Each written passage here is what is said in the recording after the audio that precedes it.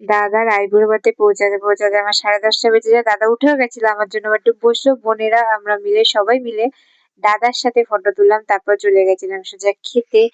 ওখানে ভাই ফোনে কথা বলতে বলতে খাচ্ছিল, আর প্রচন্ড খিদে পেয়ে গেছিল যেহেতু 10:30 বেজে গেছে। আর ওই দিকটা বসেছে দিদি, ডানা, বন্যু আর মাসি দিদা আর মামিরা খেতে দিচ্ছিল। তারপর আমরা পেটটি ভরে খেয়ে আবার নিচে চলে এলাম। নিচে এসে দেখছি পুরো খাট জুড়ে তত্ত্ব সাজানো হয়ে গেছে, যেহেতু অনেক আমরা লেটে পৌঁছেছিলাম, কিচ্ছু আমরা দেখতে পাইনি। তারপরে তত্ত্ব দেখে রাত্রিবেলা আমরা একটু তত্ত্ব সাজাচ্ছিলাম। আলতা সিঁদুরে তত্ত্বটা আমার দিদি সাজিয়েছে। আর এখানে দাদাকে জোর করে তুলে দিদি পাঞ্জাবি পরিয়ে দিয়েছে 3:30টার সময়। দাদা বলছে আমাকে 10 মিনিট সময় দে, আমি একটুখানি ঘুমিয়ে নি, কারণ বেচারা সারাক্ষণ খাটাখাটনির মধ্যে ছিল। তার মধ্যে বৌদিদের বাড়িতে গেছিল, একটুখানি বৌদিকে সারপ্রাইজ দিতে গেছিল। তো সেই ভিডিও গুলো আমার কাছে তো নেই, আমি তোমাদের সাথে শেয়ার করতে পারলাম না, কারণ আমাদের যাওয়ার কথা ছিল, গিয়ে প্ল্যান তৈরি হয়েছিল, কিন্তু গাড়ি বুক হচ্ছিল না, তাই দাদারা বেরিয়ে গেছিল, আমরা ছিলাম বাড়িতে। দাদা দিদিরা সবাই গেছিল, পুচকিরা গেছিল। আর 3:30টার সময় দাদা ঘুমাতে ঘুমাতে এখানে খই দই দিদি মেখে দিচ্ছে। এখানে কিন্তু সবাই আমার দিদি আমার বাড়িতে, কারণ আমি সবার মেয়েদের মধ্যে আমি ছোট। আর এই দিদি যে খাই দিচ্ছে সে হচ্ছে পিসি মেয়ে রিঙ্কি দি, ও দাদাকে খাই দিচ্ছে। ওটা হচ্ছে রিঙ্কিদির ভাই, ওর বিয়ে হচ্ছে, ও আমার দাদা হয়। তো ওখানে ঘুমাতে ঘুমাতে খেয়েছে। আমরা যখন জল ভরতে যাচ্ছিলাম তখন ওকে বলছি এখানে বসে থাকবে, ও কি করেছে বালিশ এনে ওখানেই ঘুমিয়ে পড়েছে। নিয়ম অনুযায়ী দিদি 3বারই দাদাকে খাইয়ে দিয়েছে।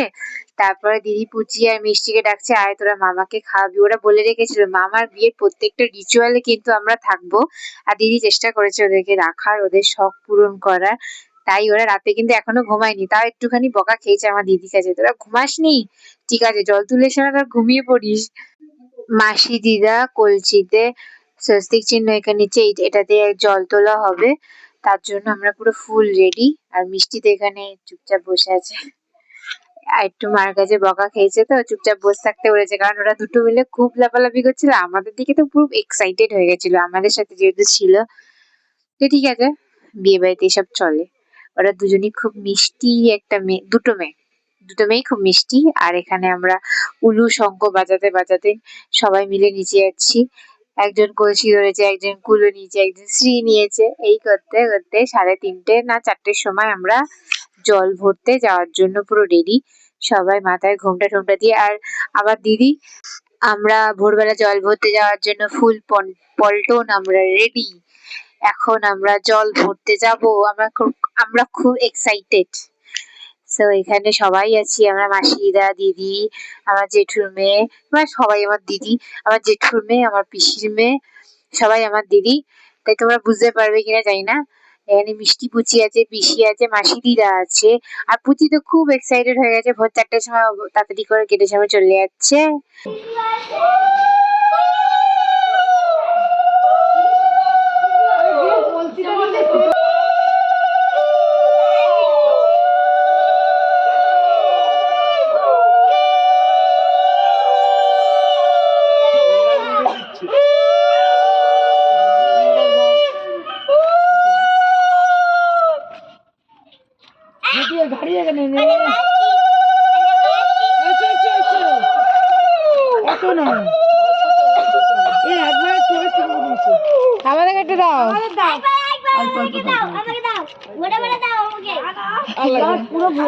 জল তোলা তো হয়ে গেছে, মাসি দিদা এবার কলসি নিয়ে আস্তে আস্তে উঠে যাচ্ছে, কারণ মাসি দিদার পায়ে একটু ব্যথা আছে। কলসির দায়িত্ব কিন্তু মাসি দিদাই নিয়েছে এখানে। এবার সবাই মিলে আমরা বাড়ি চলে যাব। হাতে জামা মুড়ে সত্যি বাবা।